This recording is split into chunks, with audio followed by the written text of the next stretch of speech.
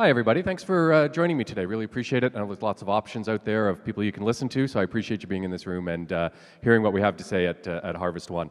Harvest One has a lot of things going on, frankly, and I'm going to talk a lot about them today, but I'm going to talk really a lot about what we are doing. I know you hear a lot of things in this room about what will happen, how many points of distribution you'll have, what your cost will be, what your plans are for Europe, what your plans are for Canada and the United States. I'm going to really focus on what we're doing in all those jurisdictions right now, where we are distributing products right now, and talk about a little bit about why we're a lot different than what you're going to hear in this room from a lot of other cannabis companies. So at its root, Harvest One, disclaimer, everyone read that, I'm sure. At its root, Harvest One is a Canadian cannabis company. But really what I want to talk to you today about is change your mind about what a Canadian cannabis licensed producer can be, because we're a lot different than what you've heard and seen from a lot of other Canadian cannabis licensed producers. So of course, we have cultivation. On the one end, we have consumer products. I was on this stage actually yesterday, on a panel about brands and distributions. So you probably heard me talk, if you were here, about the fact that we already have a consumer packaged goods division. We're already learning about that now. We're already understanding what it takes to compete on a large scale as a distributor of consumer packaged goods. We're going to talk about that. We talk about our medical and nutraceutical division called Satifarm and the exciting product that we have there that nobody else in the world actually has and is currently on the shelves at various stores in the EU and the UK. And we'll talk a little bit about our exposure to retail as well with a retail brand that we have in British Columbia called Burb. So if all that sounds good and you're still in the room, we'll get started. So we'll start with actually our licensed producer. Our licensed producer is called United Greeneries. We grow small batch production on Vancouver Island in a hotbed of legal and illegal cannabis production going back decades. Our grower's been growing in this same facility for about 10 years. We know how the room operates. We know how our strains operate in there. And we put together small batch premium flower currently for 4 markets in Canada. We sell in British Columbia, Saskatchewan, Manitoba, and Ontario. Our plan is to expand to about 20,000 kgs of premium flower a year. We don't see the future of the industry in large-scale cultivation, so we think that will allow us to serve the additional provincial markets that we're currently not in with our small batch production. In addition to selling through the provinces, we currently sell cannabis in Shoppers Drug Mart. For those who don't know, that is combined with Loblaws. They are the largest private sector retailer in Canada and the largest private sector employer in Canada. And we sell our flower through that in their online portal for cannabis, which is the way you have to sell medical cannabis in Canada. We have an extraction agreement with Valens right now, and I know that they're here as well. We use that to make some of our oils to get those to market. And our expansion plans are already taking shape. Phase 1 of our new expanded project in Duncan, British Columbia has just recently received licensing from Health Canada on October 4th. So everything is progressing very, very well there. We sell our recreational cannabis under 2 brands, Royal High and Captain's Choice. Royal High is the flower product, and Captain's Choice we're really migrating to be a pre-roll product, primarily in Western Canada right now, where it's really doing well for us in Saskatchewan and Manitoba. We grow our own cannabis in our indoor facility in Duncan, British Columbia. We are currently expanding that to be triple that capacity at that facility. We are working away on our Lucky Lake, Saskatchewan facility, which will be an indoor grow with the potential of outdoor grow around it. You can see the farmland that we have there to be able to produce a lot more cannabis if we need to. And then on the right-hand end of the slide, we have a greenhouse, which will primarily be used for extraction purposes for infusing into our consumer packaged goods products. One of our divisions is called Satifarm. Satifarm is a UK-based company. We primarily make 2 variants on a gel pen. That is a 10 milligram CBD product and a 50 milligram CBD product. We actually do CBD differently, and this is a proprietary product that we have that nobody else has. I didn't know there was audio on it. I was going to talk over the video, but perhaps I'll pause for 1 second while we go through it.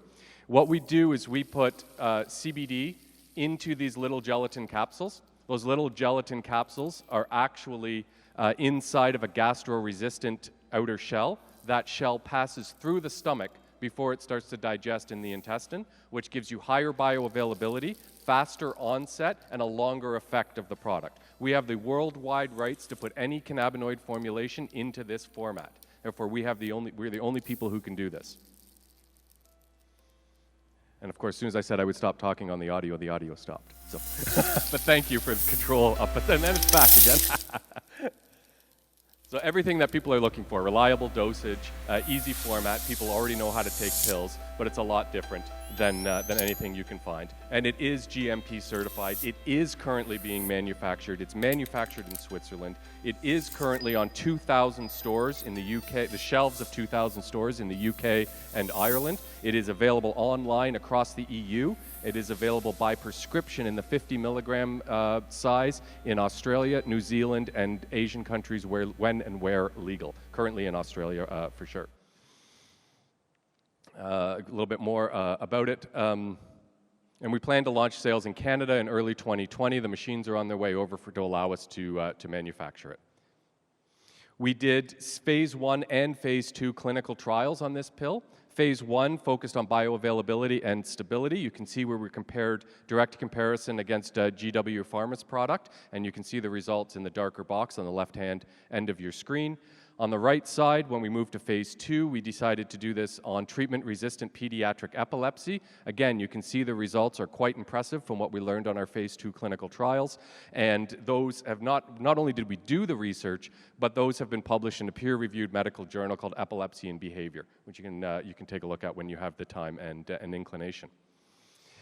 So I mentioned at the outset, we're already doing consumer packaged goods at Harvest One. If you believe, as many people do, that cannabis will be a consumer packaged good, then we think, why shouldn't we be actually learning how to do that as a cannabis company right now in a way that other companies who are in the CPG space have learned how to do it over the years? So we have, one of our products is called Dream Water. It's currently available in 30,000 stores across North America. So I don't know any other cannabis company that's at this conference that's got distribution in 30,000 stores. I think that's a key differentiator for us. Fair criticism is will. That is not a cannabis product. Totally agree. But what if you believe that the future is in CPG, and you believe that, therefore, if you're going to have this many points of distribution, you have to understand contract manufacturing. You have to understand logistics and supply chain management. You have to understand what it is that Walmart, Kroger, CVS, 7-Eleven, Shoppers Drug Mart, you have to understand what they need from you as a producer of these brands in order to get on their shelves, understanding their planograms, their path to market, their cycles as well. And we're learning all of that now. We're learning that with our relationships now and bringing this product to market. This product is also FDA approved. It is also, for those who don't know, that is Austin Matthews, a once-in-a-generation talent in the National Hockey League, currently playing for the Toronto Maple Leafs. Toronto Maple Leafs? Yeah, there we go. There's always a few Toronto people in the room. And we're going to be focusing on some brand extensions with that as well. We've already developed the CBD formulation of that, and we're currently in stability testing, and we're bringing that to market as soon as we can, again, when and where legal. Another brand that we have fully acquired, we fully own Dream Water. We also fully own Delivra. Delivra is a topical pain relief cream called Live Relief. And really, it's a delivery technology more than anything else. Dr. Joe, who founded it, and those Canadians may have seen the late-night television commercials where Dr. Joe will tell you he'll give you the money back if you don't like his product. The commercials are no longer on the air since we've acquired the company. But the fact remains that it's a proprietary way, a patented way of moving pharmaceuticals more effectively through the skin. And you can see on the illustration on the top right that we can get much deeper into your body with this formulation than other topical pain relief products. And again, this is not a hypothetical. We're on the shelves of 6,000 stores across Canada with this product right now. It is a Canadian product so far, but again, we have all that distribution for Dream Water, so our plan is to take this, which is also FDA approved, and move it into the United States through those same distribution partners, increasing our distribution right away. Of course, we bought Dream Water to infuse it with CBD. We bought Delivra to infuse it with CBD from hemp in the United States, THC and CBD in Canada. For those like you who are watching the market, you know that we've just got those Cannabis 2.0 products are now allowed in Canada. And we've already submitted to Health Canada for the 60-day review process for Dream Water with THC, CBD, and, Delivra THC and CBD formulations, so we'll be coming to shelves amongst the first to shelves when they make it there, pending Health Canada approval. So I've talked a lot about distribution. So our products are currently sitting on the shelves of over 38,000 stores around the world. 2,000 stores with Holland & Barrett with the Satifarm pill on the shelf, not by prescription. It is on the shelves in 2,000 stores right now. Dreamwater, 30,000 stores across North America. Delivra, 6,000 stores across Canada. And cannabis through the various provincial retailers that are listed there. We also have some exposure to the retail end of it. We made a strategic investment into a company called Burb. It's a British Columbia-based cannabis retail company. Burb has achieved their first 2 licenses already. They are open and operating, both with high-end clothing and with cannabis. They've been written up in many American magazines as well as a brand to watch, as a leader in the style and cannabis culture space. We did this for a few reasons. The simple reason is it gives us a direct line to market with some of our cannabis. But the real reason we did that is so we can actually start to get data coming back in terms of what customers are buying, why they're buying it, who's buying it, how often they're buying it, things like that. What we have found in Canada so far is those that have that data tend not to want to give it away. So it's really expensive to buy that data, even from the provincial regulators that have it. So this way we can get some of that data through our stores. We've undergone some management changes at Harvest One over the last year or so.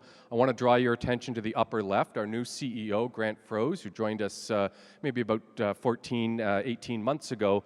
Grant was previously the Chief Operations Officer for Loblaws Shoppers Drug Mart. Again, the largest private sector retailer and the largest private sector employer in Canada. So you can understand how we can learn a lot from him about what retailers are looking for, about how goods are manufactured, about how they get to the market. It's a really big boost for us here at Harvest One. I'll also draw your attention to the lower right where we have Dr. Joe. Dr. Joe is the individual who patented Delivra, the technology, and at its root, Dr. Joe is a product formulator. And Dr. Joe is still with us and working with us, so he's the guy who's actually handling all of our product development. Frankly, he's a little bit of a mad scientist, and he really wants to be in the lab making new products. He's got a slew of products in his back pocket, which we'll be bringing to market, again, when and where legal. And you can see at the bottom of the screen some of the companies that we've all worked for over the years. We haven't put cannabis companies up there, but I've personally, either as a consultant or an employee, worked for over 15 different cannabis companies in Canada, including the ones that you've all heard of, Canopy, Aurora, Tilray, and folks like that. So we're no strangers to the space. A quick slide on our capital structure. And I'll highlight again the line that says debt, and then the nice line that says no debt beside it.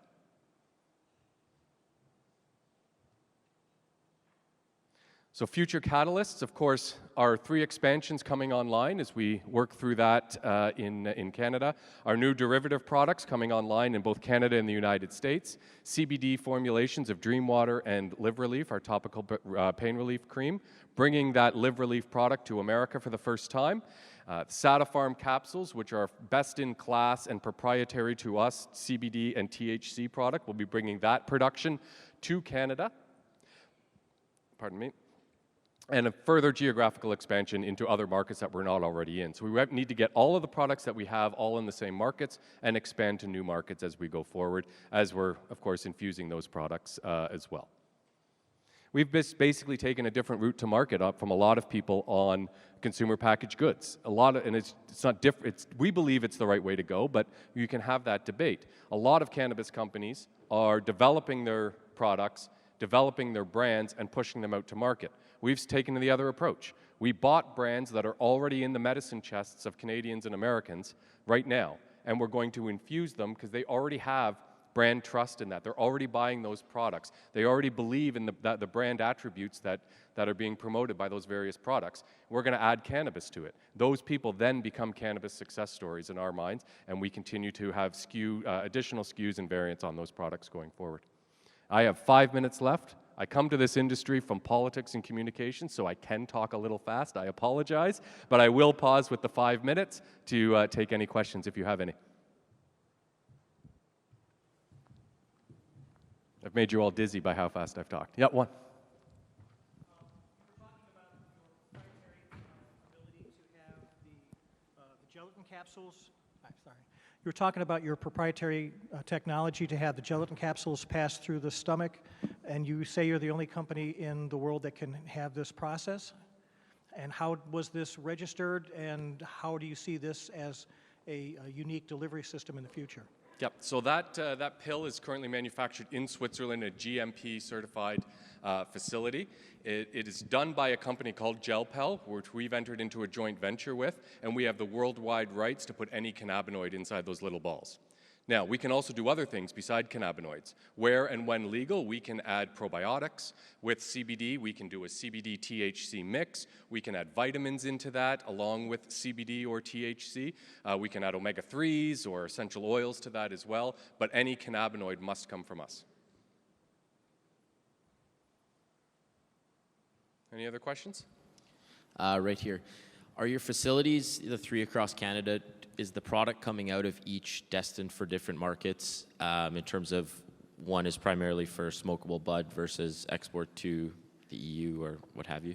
Yeah, so our indoor grown flower, so that would be currently in Duncan, both the existing facility in Duncan as well as the expansion, that's the indoor portion there. The indoor portion at Lucky Lake, those will always be flower that will go as flower to provincial markets. The greenhouse, the idea is to grow the product extraction grade, extract it and put it into infused goods, or buy on the open market if we need it.